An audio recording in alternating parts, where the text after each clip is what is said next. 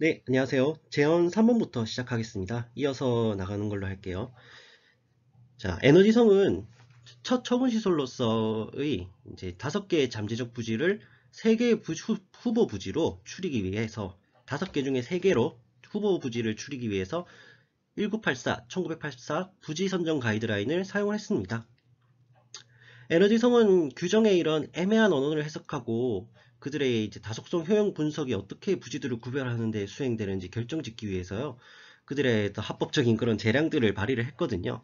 앞서 두 경우와 그 두 번째 처분 시설을 위한 장래 환경의 하위 선택에서 깔끔하고 설득력 있게 딱 떨쳐버릴 수 없는 그런 불공평한 것들이 조절이 좀 됩니다. 자, 그래서 관료적 유연함에 요구되는 재량을 보호하는 것과 관료적 결정이 이해할 수 없게 되는 재량의 영역을 확장시키는 것은 구분이 되기 좀 쉬워요. 쉽게 구분될 수가 있어요. 가이드라인을 새로 쓰거나 개정할 때 이들 중 어느 쪽으로 구분되어 왔는지 확인하기 위해서 면밀히 검토되어야 합니다. 재량을 줄이는 방식의 잘못을 범하는 것은 이제 보수적으로 그래왔던 접근법인데요.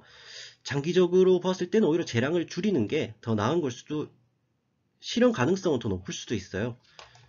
자, 그러므로 그래서 결론이 뭐냐? 가능한 한 어떤 새로운 부지 적합성 기준을 개발할 때는 모호함을 최소화해야 돼요. 뭐 당연한 말이긴 한데요. 모호함을 최소화해야 된다. 가이드라인을 쓸 때. 예.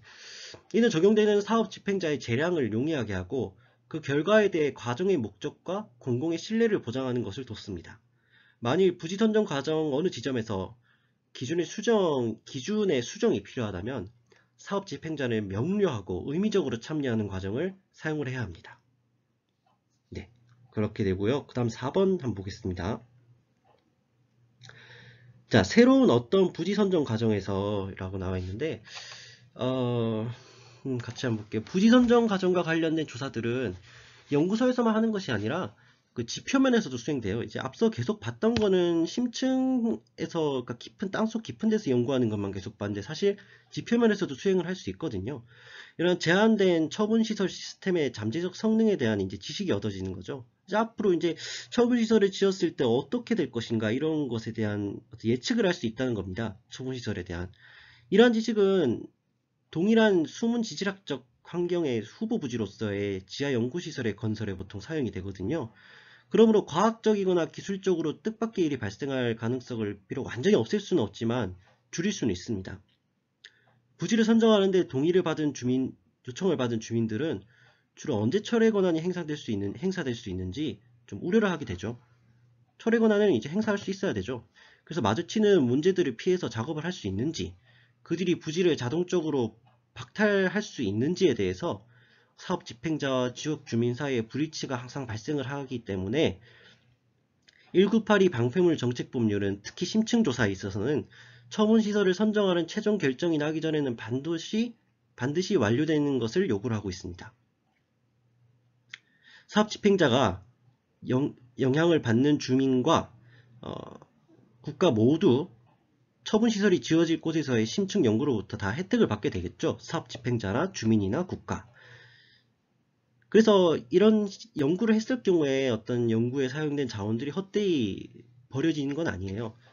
그래서 동의를 하거나 누군가 폭로를 해서 완전히 끝나는 그런 시간이 올 때까지는 보류하는 것보다 어, 보류하는 것보다는 뭔가 잘 선택을 하는 것이 더 낫다. 가만히 놔두는 것보다 뭔가 어떤 선택을 하는 것이 낫다고 이제 얘기를 하고 있어요.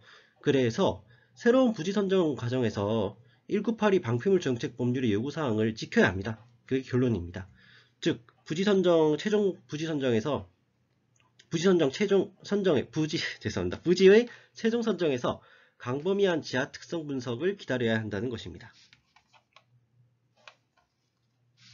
자, 여기까지가 보고서 내용이고요. 좀 내용을 좀 추가하려고 마지막 페이지를 넣어놨는데 좀 같이 함께 보겠습니다.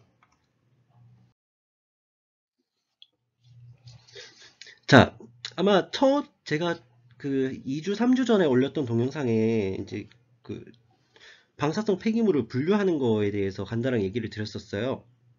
그런데 처분 방식에 대해서는 같이 안 다뤘던 것 같아요. 그래서 같이 이제 다뤄보도록 할게요.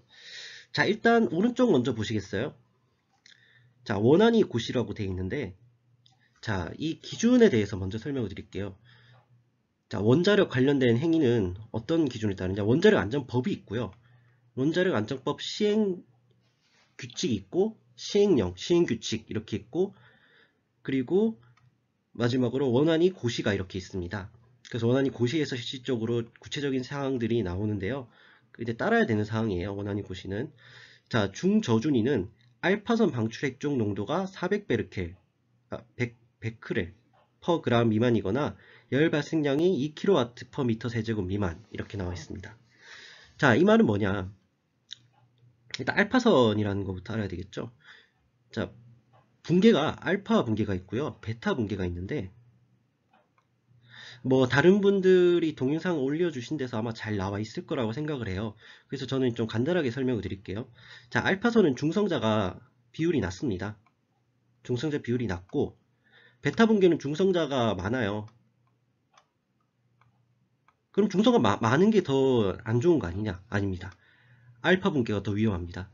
알파 붕괴 후에는 알파선과 감마선이 나오는데요.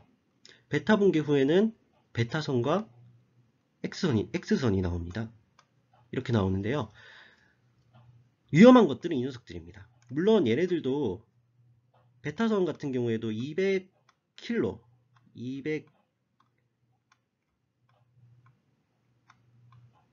200kg가 넘어서면은 좀 위험하다고 볼 수 있는데요. 일단 200kg 에너지가 넘으면은 좀 위험하다 볼 수 있지만, 일단 알파선과 감마선이 위험하거든요. 알파선과 감마선 같은 경우에는 일단 감마선이 제일 위험해요. 제일 위험하고 차폐가 어렵기 때문이죠. 콘크리트 뭐 이런 거, 납 이런 거 아니고서는 다 뚫어버리고요. 알파선 같은 경우에는 차폐는 쉬운데 내부 피폭에 주의해야 돼요. 이제 흡수가 되거나 이랬을 경우에 위험하거든요. 에너지 수준 자체는 알파선은 별로 높지는 않습니다. 에너지 수준 자체는. 그렇지만 이제 감마선 그리고 중성자선도 있어요. 삼중수소에 얘기 많이 들어보셨죠? 중성자선도 있는데, 중성자선도 이게 워낙 범위가 넓어서 에너지 범위가 보통 감마선 생각하면 되고요. 위험한 건 알파선, 감마선이다 정도로 생각을 하시면 될 것 같습니다. 그래서 알파선 기준으로 일단 하고 있네요. 그리고 알파선 기준으로 이렇게. 그래서 보통 여기 밑에 설명은 저번에 한번 설명을 드렸을 거예요. 작업법, 장갑 이런 거. 이게 저준이고 고준위는 사용 확률로다. 이렇게 설명을 드렸던 것 같은데, 다시 이제 좌측으로 한번 들어가 보겠습니다. 자, 방사성 폐기물의 분류를 보면요. 자, 규제 해제 폐기물이 있어요. 이게 가장 궁극적으로 해체하는 사람들이 추구하는 거 아니겠습니까? 규제 해제. 그리고 이제 극저준위, 저준위, 중준위, 고준위 이렇게 있어요. 근데 고준위 방패물 같은 경우에는 심층 처분을 해야 됩니다.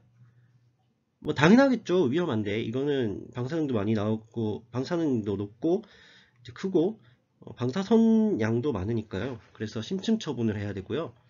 중준위, 저준위 같은 경우에는, 특히 중준위 같은 경우에는 동굴 처분을 하는 걸로 보통 그렇게 나와 있고, 저준위 같은 경우에는 조준위부터는 표층 처분을 해도 됩니다.